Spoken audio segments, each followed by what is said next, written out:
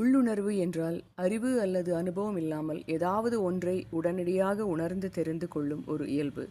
அது நம் ஆழ்மனதில் இருந்து வரும் ஒரு திடீர் உணர்வு அல்லது ஏதாவது ஒன்று நிகழப்போகிறது என்ற ஒரு திடீர் கணிப்பு.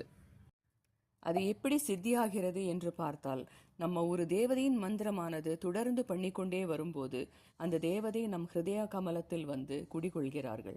அந்த ஹிருதய சக்கரம் ஆக்டிவேட் ஆகும்போதுதான் இப்படிப்பட்ட பாவ திருஷ்டி என சொல்லப்படும் இன்ட்யூஷன் பலப்படுகிறது. யார் நம்மை பற்றி என்ன பேசுகிறார்கள், என்ன யோசிக்கிறார்கள், வாழ்க்கையில் நாளைக்கு என்ன நடக்கப் போகிறது, யார் நல்லவர் யார் கெட்டவர், இந்த மாதிரி விஷயங்கள் எல்லாம் சுலபமாக இந்த திருஷ்டியின் பாவ திருஷ்டியின் மூலம் நமக்கு சித்தியாகிறது.